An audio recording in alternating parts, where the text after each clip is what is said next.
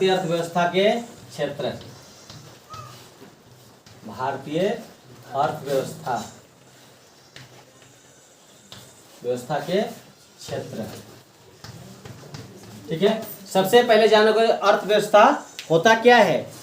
ठीक है, तो हमारे जिंदगी है ना, हमारे जीवन को चलाने के लिए जो हम कार्य करते हैं, इसका लेखा जोखा रखते हैं, उसे क्या कहते हैं हम लोग? अर्थव्यवस्था। अगर ये अर्थव्यवस्था ना होता तो जिंदगी चलेगी? बहुत ही दुभर है। लेकिन इसके क्षेत्र याद रखिएगा, इसके कुछ क्षेत्र हैं। इसे कितने क्षेत्र हैं? इसके 3 क्षेत्र हैं। याद रखिएगा, अर्थव्यवस्था कितने क्षेत्र हैं? 3 क्षेत्र हैं। पहला होता है प्राथमिक क्षेत्र। क्या होता है? प्राथमिक क्षेत्र। और दूसरा होता है द्वितीय क्षेत्र, द्वितीय क्षेत्र और तृतीय क्षेत्र। किसी को दिक्कत? भारतीय अर्थव्यवस्था कितने क्षेत्र है? 3 क्षेत्र। किसी को दिक्कत? चलिए, प्रथम क्षेत्र में क्या आएगा? प्राथमिक क्षेत्र हम उत्पादक क्षेत्र को कहते हैं, जहां से हम उत्पादन करेंगे, चाहे फैक्ट्री हो, चाहे वो खेत हो, है ना, या फिर गाय हो। जैसे हम लोग ध्यान देना, ये सब क्या होगा? प्राथमिक क्षेत्र है। हम लोग क्या चावल उत्पादन करते हैं ना, कौन सा क्षेत्र कहलाएगा? प्राथमिक क्षेत्र।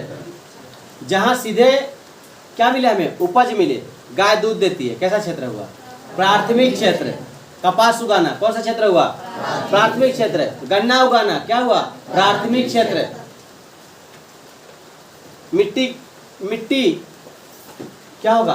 प्राथमिक क्षेत्र। तो वैसा क्षेत्र जहां से हमें क्या मिले?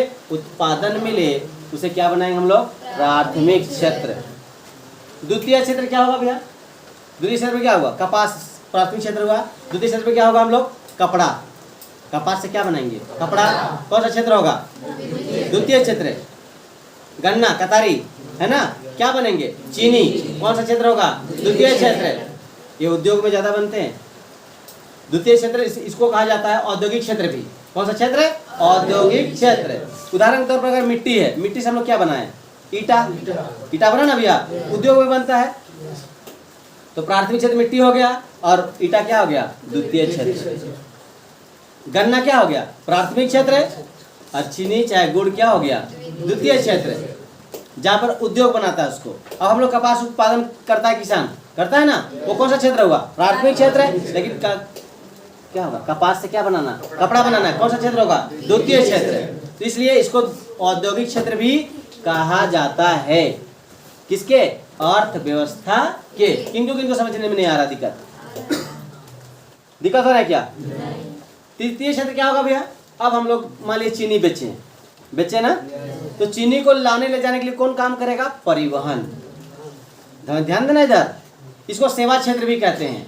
इसके बाद हम लोग उसका प्रयोग दोबारा नहीं करेंगे। अब हम लोग चीनी खरीद के चाय बना के पी लिए, कौन सा क्षेत्र कहलाएगा? तृतीय क्षेत्र। चीनी बेच के बैंक में पैसा रख दिए, बैंक क्या हुआ हमारा? तृतीय क्षेत्र। बात समझ में आ रहा है ना कि नहीं आ रहा है? बाजार कौन सा क्षेत्र हुआ? तृतीय क्षेत्र। जहाँ खरीदार लोग जाता है, कैसा क्षेत्र होगा? तृतीय क्षेत्र। अगर ये कपड़ा हम लोग पहने, कपड़ा खरीद के हम लोग पहन रहे, कौन सा क्षेत्र है ये? तृतीय क्षेत्र। इसे अंतिम सेवा भी कहा जाता है। कैसा कहा जाता है? अंतिम सेवा भी कहा। इसके बाद दोबारा प्रयोग हम लोग नहीं करेंगे। अब चीनी को चाय बना के पी लीजिएगा, फिर पी नहीं सकिएगा। कैसा क्षेत्र हो भैया? अंतिम क्षेत्र। तो ध्यान रखिएगा, अर्थव्यवस्था के 3 क्षेत्र।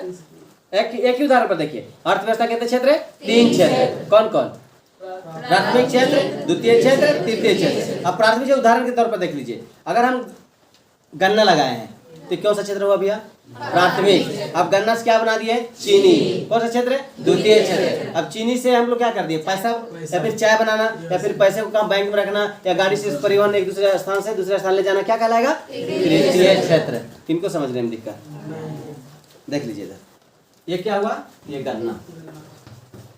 ये क्या हो गया? इसे क्या बन गया? चीनी। चीनी कौन बोता है? परिवहन। परिवहन समझ आ रहा है ना? परिवहन मतलब ढोना, या फिर बैंक में पैसा बेच करके रख दीजिए। कौन सा क्षेत्र होगा? तृतीय क्षेत्र। या बाजार कौन सा क्षेत्र हुआ? तृतीय क्षेत्र। किन्हीं को दिक्कत? चलिए अब अर्थव्यवस्था ये किनको दिक्कत समझने में, प्रथम द्वितीय तृतीय समझने में दिक्कत। उसके बाद हम लोग देखेंगे अर्थव्यवस्था का अंतर्गत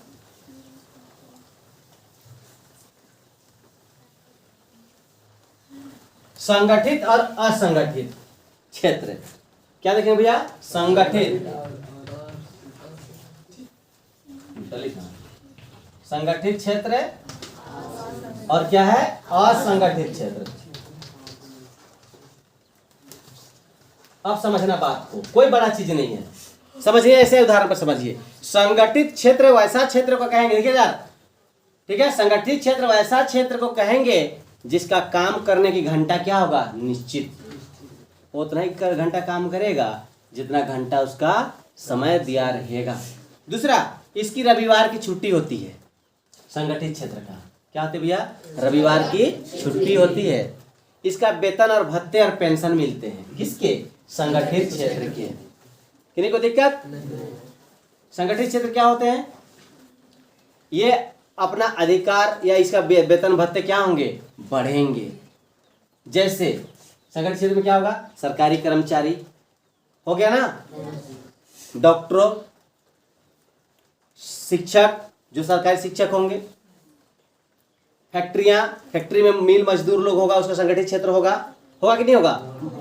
फैक्ट्री में अगर काम कर रहा है मजदूर लोग, उसका भी तो एक लिमिट टाइम होगा। होगा या नहीं होगा? वे हो गया संगठित क्षेत्र।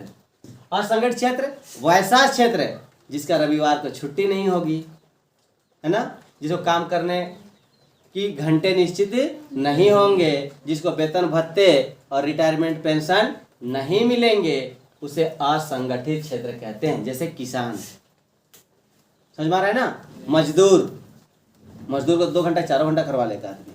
अपने खेत में अगर काम करे किसान, क्या क्या सुबह से शाम तक 12 से 18 घंटा काम करता है ना। तो और इसकी छुट्टी रहता है क्या? 12 माह इसके क्या रहेंगे? काम रहेंगे। इसकी छुट्टी उट्टी नहीं रहेगा। याद रखिएगा, संगठित क्षेत्र किसको कहेंगे और असंगठित क्षेत्र किसे कहेंगे। फिर समझ लेना बात को। वैसे क्षेत्र है जिनके क्या रहेंगे? रविवार की छुट्टी, जिसके काम करने के घंटे क्या होंगे? निश्चित, जिनके वेतन भत्ते समय से बढ़ते रहेंगे और क्या होंगे? पेंशन मिलते रहेंगे। समझ में आ रहा है ना? किन्हीं की दिक्कत? वैसे क्षेत्र जिनके वेतन भत्ते नहीं मिलेंगे, रविवार की छुट्टी नहीं होगी, जिसके काम करने के घंटे निश्चित नहीं होंगे, उसे क्या कहेंगे? असंगठित क्षेत्र। किन्हीं को दिक्कत? ये अर्थव्यवस्था के अंतर्गत आता है। उसके बाद देखेंगे हम लोग अल्प बेरोजगारी। अल्प बेरोजगारी समझते हैं? नहीं समझते हैं। अल्प बेरोजगारी क्या है?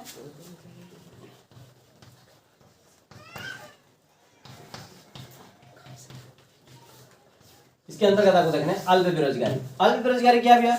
जहां पे 5 लोगों के काम है वहां 10 लोग चले गए।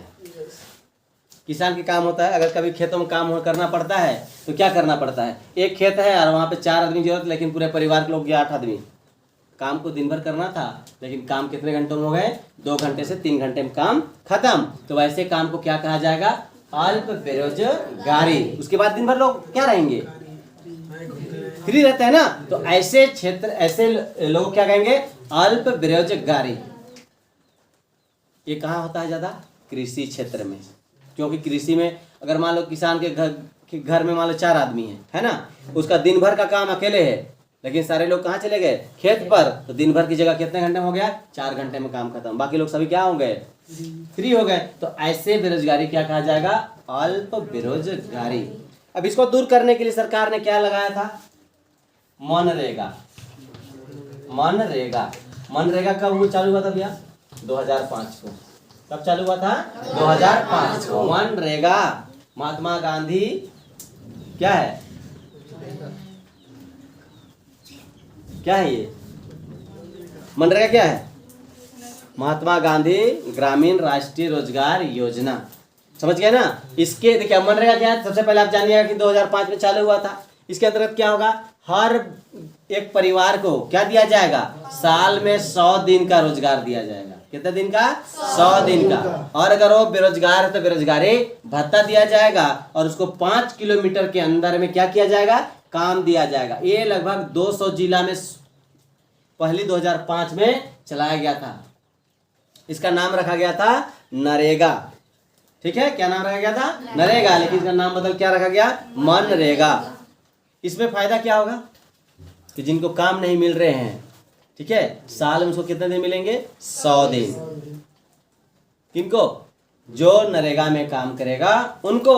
और यदि काम ना मिले तो उसे क्या मिलेंगे? बेरोजगारी भत्ता। इसलिए जो कहा गया है राष्ट्रीय ग्रामीण भत्ता मतलब भैया भत्ता। हाँ? या अगर आप काम करने के लिए आपको चाह रहे हो, ठीक है, और आपको काम नहीं मिल रहा है और आपने एप्लीकेशन दे रखा है कि हमको क्या चाहिए? काम।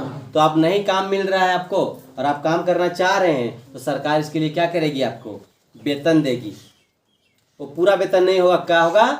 आधा वेतन होगा। अगर आपको दिन भर के कितने मिल रहे हैं नरेगा में? 100 रुपये मिल रहे हैं, तो क्या मिलेंगे आपको? 50। देखिए, अब ये तो बेरोजगारी हो गया, मनरेगा हो गया। अब इसके बाद आता है कि क्षेत्र आता है। क्षेत्र के अंतर्गत आता है 2 क्षेत्र आता है, एक निजी क्षेत्र आता है और एक सार्वजनिक क्षेत्र। ध्यान देना इधर, क्षेत्र के अंतर्गत क्या आएगा? एक निजी क्षेत्र है और दूसरा क्या हो गया? सार्वजनिक। निजी क्षेत्र क्या होंगे? वैसा क्षेत्र जिसमें किसी एक व्यक्ति, है ना, एक समूह का क्या होगा? अधिकार होगा, उसे क्या कहेंगे हम लोग? निजी क्षेत्र। किन्हीं को दिक्कत? और सार्वजनिक क्षेत्र वैसा क्षेत्र है जहां सरकार का अधिकार हो, सरकार मतलब सभी पब्लिक का अधिकार हो, उसे क्या कहेंगे हम लोग? सार्वजनिक क्षेत्र। रोड क्या है? बिजली क्या है? नदी क्या है? सार्वजनिक क्षेत्र है। किन्हीं को दिक्कत? निजी क्षेत्र घर है या नहीं है? किसी की फैक्ट्री क्या है? निजी क्षेत्र है। किसी की दुकान क्या है? निजी क्षेत्र है। किसी की खेत क्या है? निजी क्षेत्र है। तो याद रखिएगा, सार्वजनिक मतलब सभी लोगों का और निजी मतलब किसी एक व्यक्ति के नाम से हो तो क्या कहेंगे उसे? निजी क्षेत्र। किन्हीं को दिक्कत? समझ में ना?